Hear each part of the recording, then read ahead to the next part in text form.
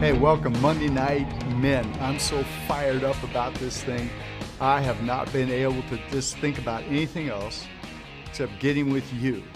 And I just believe that something very powerful is going to happen out of our times together. Here's what Joel 3:9 says, and I want to start with this. It says, "Wake up the mighty men, prepare for war." That means get ready for battle. You don't rise to the occasion. So many people are talking about we're going to rise to the occasion. That doesn't happen. You rise or fall to the level of your preparation. So right now is about preparing us, preparing our hearts, becoming what we need to be in the middle of this crisis. It's about building grit in our lives. It's about resilience and perseverance and not quitting and getting up and going for it. And you don't do that, tenacity and all that. You don't do that just because you emotionally want to do it. You do it because the center of your core is made and built for it. Here's another one. Let me give you this. 1 Chronicles 12. It'll be, David, if you can put that on the screen. 1 Chronicles 12, 32 and 33. From Issachar, men who understood the times. Now, these are the guys that are coming together with David. And coming together with David, they're coming back with loyalty for David, and they're meeting him in Hebron. And it says Issachar was a tribe who understood the times and knew what Israel should do. So they understood the times, but then the key verse for you and me, this is who we are. This is who you are. Verse 33, from Zebulun, there were experienced soldiers prepared for battle with every type of weapon to help David with undivided loyalty. Another translation says stout-hearted men. Another translation says they were skilled in the art of warfare. That's the key. We are the tribe of Zebulun, men of grit and determination, faithfulness, stalwart men. We are those men. We didn't start this war. We're in the middle of it. So it's not just the pandemic. You and I know that this is a spiritual battle for the hearts of men and women. So CMN Monday Night Men. Let's crank it up. And listen, don't do this alone. Take somebody with you. Call somebody. Text them. Say, let's do this thing. Once we air this live the first time, it'll stay on YouTube or Facebook or wherever you're watching this. It'll stay there. And so they can go back and see this. Now, the core of what we're doing on this particular time is Strong Men in Tough Times. Strong Men in Tough Times. And this is a book my father wrote a number of years ago, but we've updated it. You can see some of you have had it. It's got a brand new cover. It's updated. Now, I had a guy call me the other day, and he said, listen, I've already read the book.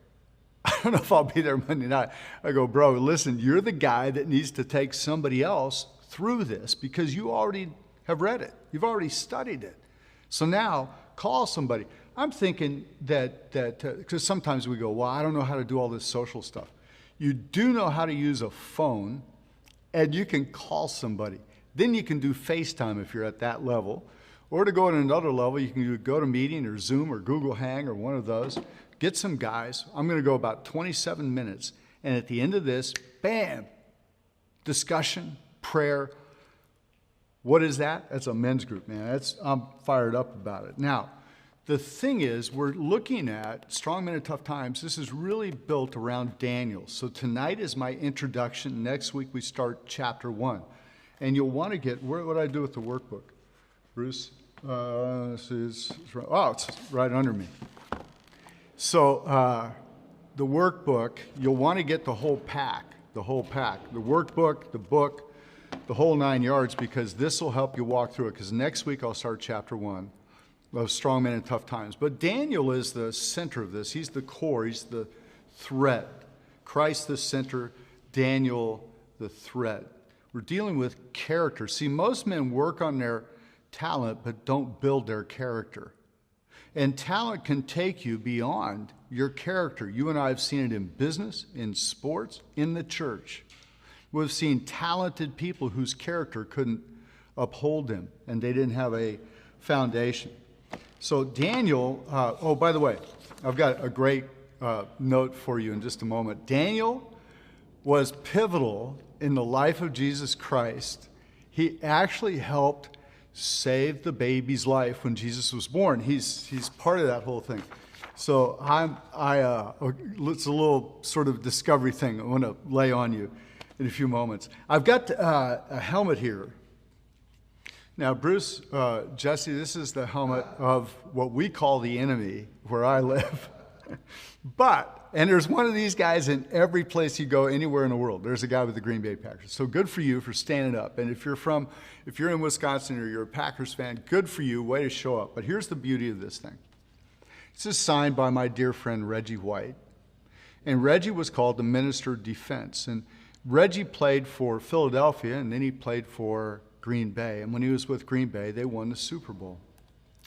The reason I bring this up and I show this, Reggie White, when he was still with Philadelphia, he came over to our house on a Friday night. They were in town to play the Cowboys. And they were, had their workouts on Friday, and then he came over to our house. My boys were younger, and Reggie was so big. Judy and I were talking about it. She said if you touched him, it was like a wall. He was just so solid. And he played with my boys, though, got on the ground and played with them. They jumped all over him like he was playground equipment. And the beauty of that moment for me was Reggie didn't have to prove how strong he was. He didn't have to prove it. He knew. Because 2 days later on Sunday, I watched him take Larry Allen. And Larry could bench press 750 pounds multiple times. I watched him take Larry Allen and move him aside, and just nail Troy Aikman. Not just once, multiple times. Now, here's the center of that story. Your true strength is on the inside, not on the outside. And when a man is stronger on the inside, he doesn't have to prove his strength on the outside. Reggie knew his strength. He knew who he was. He knew what his identity was. He knew his strength. It's the man who's weak in his core, in his character, who has to prove who he is and his strength on the outside. So he tells you about his wins and tells you about his conquests and brags about his success, but he's just covering up the fact that, see, when a man's strong on the inside, he can be generous, loving, gracious, kind. You know what that is? Fruit of the Spirit. So tonight, really, and going forward, it's about the preparation to become those kinds of men, to become men who are stronger on the inside. Next week, we'll look at the life of Daniel, and in chapter 1, what you'll see is Daniel had 8 core attributes: unashamed boldness, immeasurable blessing, uncommon standard and unlimited influence, unearthly protection, unhindered persistence, unblemished faith, unusual test. Don't worry about writing it down. It's in the book. All right? Everybody just say, it's in the book. It's in the book. By the way, this is, we live in an era, man. It is different. It's new. And it will not be the same. Please. What this is about right now is preparation to not be the same. Preparation. I'll talk about it in just a minute. Here's my promise I want to give to you right now. If you'll stay with me, and if you'll stay with the other men over the next 13 weeks, I want to promise you something. Your heart will be stronger. You'll develop a deeper core. You'll be more resilient. Your capacity will be enlarged, and your love of God will go deeper. Now, one more thing. You'll be filled with wisdom. How many of us need wisdom right now to navigate this path we're on? This is about identity, purpose, and brotherhood. Why do we need you to be a strong man? In fact, let me do something right now. We need you guys to be strong men, but I want to mention something. I'm getting emails and sidebar texts coming in. Jesus Puntos, you guys are watching, a few shout outs. Listen, Wednesday morning at 9 a.m. Eastern, 8 a.m. Central, Wednesday morning, we'll go on Facebook Live on CMN Monday Night Men. We'll go on live, and we'll just stay here as long as you've got questions. We'll answer questions. Hopefully, bro, it'll be about the lesson. Okay, not some sort of unlimited, limited foreknowledge of God or, one of those kinds of things. But shout outs to, I know who called me. It was Clay Worthy with Discovery Point, Ed Preston. It's good to have you on, man. W.A. Mills and the IPHC men. Come on, shout out for you guys. Brett Murray in Australia, Marcos Pol in Brazil. Who else? Bruce, you've given me a whole bunch of guys. Nantucket, Flagstaff, Arlington, Texas, Lodi, California, Niceville, Florida. Who's that? Oh, it's Gerald. Okay. If you live in Niceville, man, you got to stand up. You got to be a tough guy. Katy, Texas, Cairo, Georgia, Puerto Rico. We're all over Puerto Rico. Bolivia. I see Bolivia here. Connecticut, Washington, Tucson. Andre, good to see you, man. Alonzo, Spokane Valley. We'll go through all these and more on Wednesday morning. So go on CMN Monday Night Men. Write in where you're from, where you're watching from, what you're part of, any questions you may have, and we'll look and give you a shout out for that stuff. Why do we need strong men? Why do we need strong men? Fatherlessness is the leading indicator of poverty in every culture of the world. Heightened drug abuse, the issues of culture can be traced back to fatherlessness. Why do we need you to be strong? Because then you will help others become strong. And here's the key: strong men attract strong men. As a pastor, which I was for many years, I got an amen over here from Bruce. Thanks, bro. So strong men attract strong men. If we build strong men, it will bring other strong men. No man wants to walk into a church, see a bunch of wimpy guys, and a guy comes up and goes, "Hey, man, come be like us." No thanks. So whatever church is going to look like, whatever is going to happen out of this coronavirus, I guarantee you one thing: we will be in community, and there will be men who need our help, and there will be men who need you to be strong. The crisis shelters right now, the trauma centers are packed. In fact, there's churches in Phoenix and Dallas who have been asked to open up their community center hall by the local police in order to help shelter what they call it, vulnerable, at-risk women. I mean, this thing's cranked right now, and we've got 4 or 5 months to get ready to help reach those men, because when we come back together, brother, there's going to be a lot of people coming into the church. Willie George the other day, on a phone call with a few of us, I was privileged to be on this call. He said there will be, the last 5 months of this year will be unbelievable with the number of people that come to Christ. Bam! I'm fired up. Here's another issue. 68% of our high school students, this is before the virus, 68% of the high school students just in America are having a clinically diagnosed anxiety disorder. Nervous, anxious. Most of our children, listen to this, 95% of our 13-year-olds that are in our churches right now, 95% will be gone by the time they're 23. Why do we need you to be a strong man? Why do we need to do this every single Monday night? Why do we need to dig in? Because the future depends on it. 45% of the marriages end in divorce, and 70% of those divorces are initiated by the wife. And most often, listen to this. Jesse, listen to this.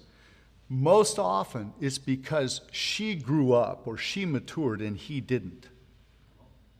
It's usually the case. So the world needs you. You're the answer. If you actually have somebody where you're at and they're socially distant, just turn to them and go, "You're the answer, man." In fact, just do this right now. You're the answer. This is the answer, doing this. So some of you know us and know the ministry.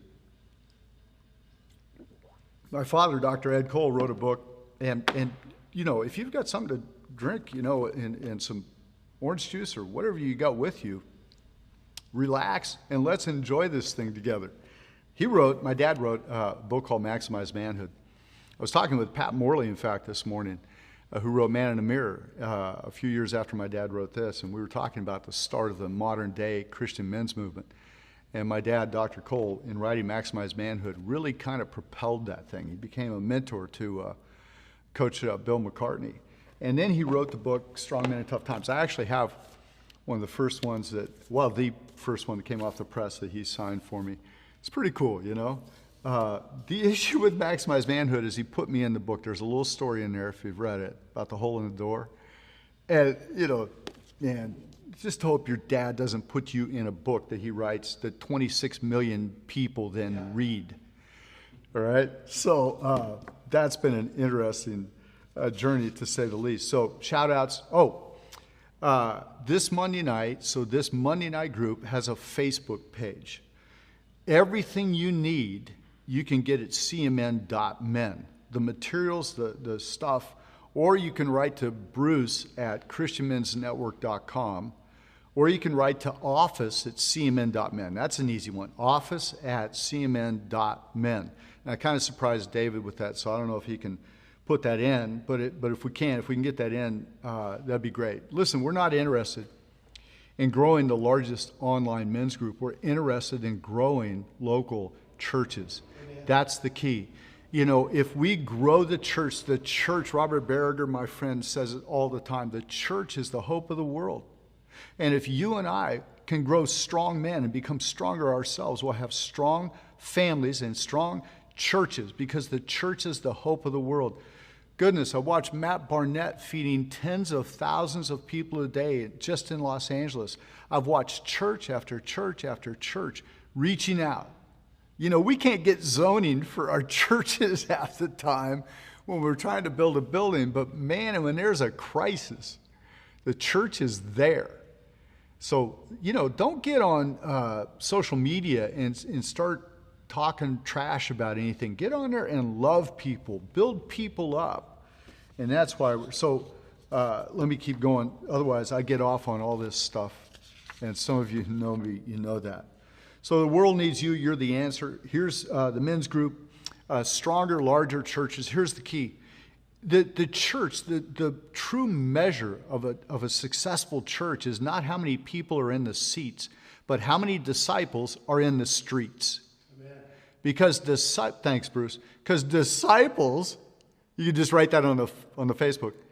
Disciples are who build the church and bring people in. That's how the church grew. In fact, check this out.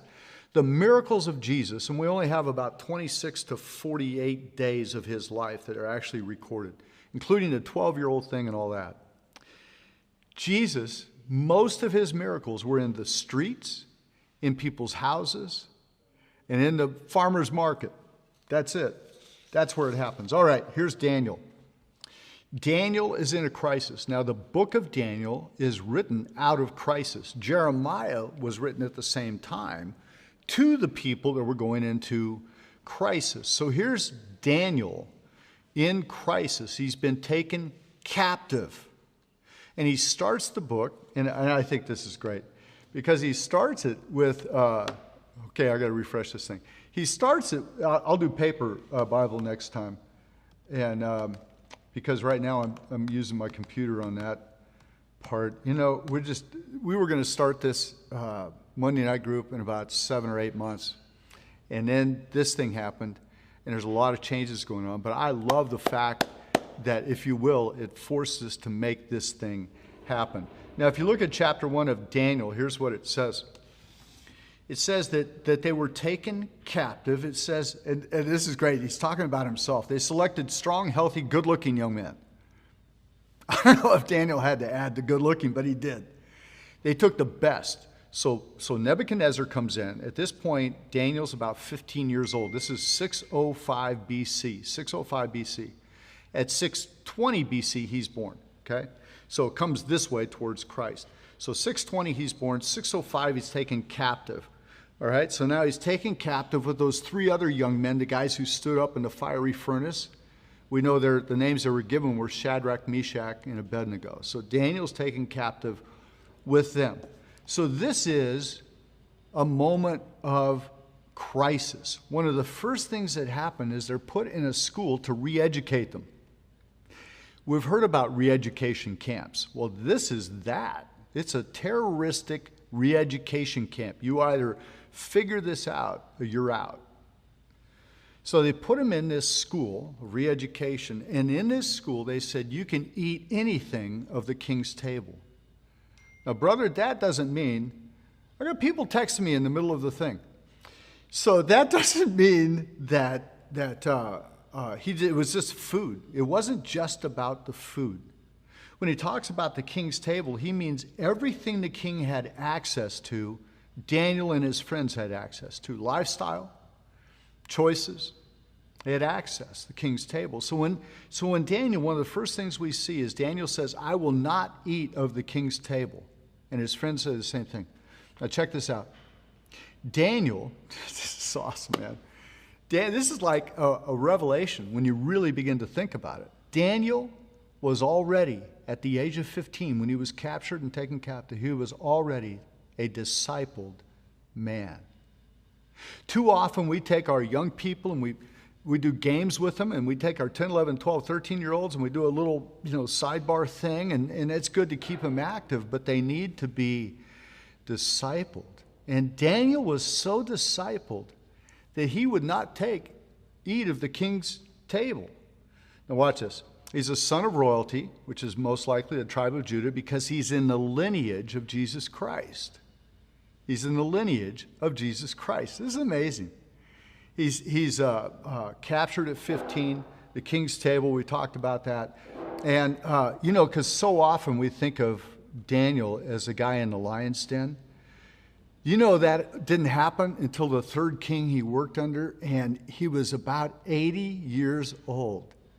Think of like a crusty old Clint Eastwood going, yeah, you can throw me in the lion's den, but I'm still going to keep my faith. And, hey, you're not supposed to pray. And he opened his window to make sure everybody saw him praying, like, I'm going to pray. I don't care what you all say. I mean, it's just the perfect thing. And he gets in here. And I'll tell you something. This relates to our coronavirus crisis that we're in right now. I don't believe that when Daniel got in there wasn't a moment of fear. Like he's thrown in a lion's den at 80. He's like, oh my gosh, after all this time. Bam, he's thrown in there. He's in there, and what happened? Hey, hit that button right there so it's a little brighter. Yeah, so I can see. I can't go over time, right?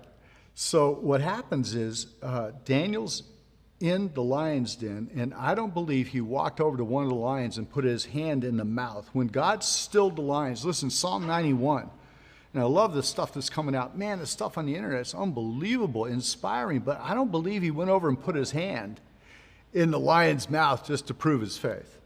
So there's Daniel. There's a little background of the man we're going to be talking about. And then chapter 2 of Daniel is Nebuchadnezzar has a dream and he wants it interpreted. The only issue is he can't remember what the dream was. You not only have to interpret it, you have to tell me what the dream was. And nobody can do it. In fact, the wise men said there's nobody on earth who can do that. And somebody said, yeah, there's a guy named Daniel. Okay, so Daniel interprets the dreams. Here's what he did first, though. The first thing he did is he went to his men's group. It says he went to his men's group, Shadrach, Meshach, and Abednego, and they prayed. Together as a group, they prayed. Bam, he nailed it. Nailed it. Not one thing is written negative about Daniel. The beauty of studying his life in Strong Men in Tough Times, not one negative thing is written about him. Now, the Bible's really honest. Abraham, like shuttling between the two tents, that thing. David, a couple mistakes, few issues. Samson, but he's not even going to go there. And the Bible's really honest. But about Daniel, man, there is nothing negative about him. Now, check it out. He becomes, and through all his troubles, and he serves under 4 different kings. Of course, Cyrus was just for a year. And he serves under these kings. He becomes one of the greatest men in the nation, and he becomes the head of the school of the prophets. Now, these were magicians. It's called the magicians, school of magicians, or the prophets, diviners. He becomes the head of it. Now, Jewish people by the thousands have been captured, and Jeremiah said, build houses, right? So it says in Jeremiah chapter 29, build houses, establish yourself, multiply, so they've multiplied. Now, here's the connection with Jesus Christ. This is awesome because we get so freaked out about this virus, and it's dangerous and it's deadly. But God's got this thing. Check this out. 600 years before Christ, Daniel gets captured, 605. A few years into that, let's say 560 years before Christ, he's now the head of this school, and he starts putting his own people in and his own teaching in from his Jewish background. And 600 years later, there's these magi that come from the east, the perfect direction of Babylon, who bring to the, and there weren't just three of them, that's a song. That's not in the Bible, that's a song. But it says the Magi, the school of magicians, the Magi. They're Jewish people that got in this school who have been looking for the Messiah, waiting for a sign. They see the sign, they move. They bring gold, frankincense, and myrrh. Joseph's messed up. He's in Bethlehem. I mean, it is a mess. And then the angel says, you got to leave. You got to get out of here. He takes his son and wife to Egypt for 4 years. How did he do all that? Then when he gets back to Nazareth, he starts a business.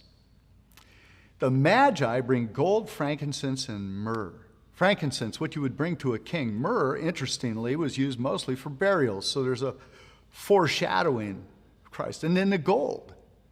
The Magi from Babylon brought gold, frankincense, and myrrh. In other words, what Daniel started 600 years before gave Joseph the money and the power to barter to take care of his family and the baby Jesus as he began to grow up. Bam! God is a God of strategy, beginnings and ends. Jesus is the Alpha and Omega. Let's not be in fear because he's got this. All right, there's all these other things that I've got about Daniel that I love, his attributes and all that, his dreams, the things that he dreamed. Fascinating, he was an expert at interpreting other people's dreams, but in his own dream, he had to ask the angel, hey, what does this mean? He's the first guy that introduced us to Gabriel and Michael. So here we go. Let me finish with this. Your system of thinking is perfectly designed to achieve the results you're now getting in your life. Your system of thinking is perfectly designed to achieve the results you're now getting. And everything we do in our lives, your actions are the result of decisions. All decisions come from definition. So what we're doing over the next few weeks is building an identity, a character, a strength, an inner core. Proverbs says what you put in your heart is what you become. Let me finish with 3 scriptures. Romans 12:2. Don't copy the behavior and customs of this world, but let God transform you into a new person by changing the way you think. Then you will learn to know God's will for you, which is good and pleasing and perfect. God's will for us, good, pleasing, perfect. We're in the middle of a battle. We're in the middle of a war. I've talked to so many people. I've seen the reports. I read stuff. I study it, but I'm not covered up by it. In other words, I'm not obsessed by the 24-hour news. I'm not living in fear because of what's happening. I'm living in faith. It doesn't mean fear doesn't happen. It's an emotion. We all have it. Don't beat yourself up.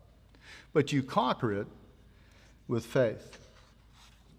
Philippians 4, fix your thoughts on what is true and honorable and right and pure and lovely and admirable. Think about things that are excellent and worthy of praise.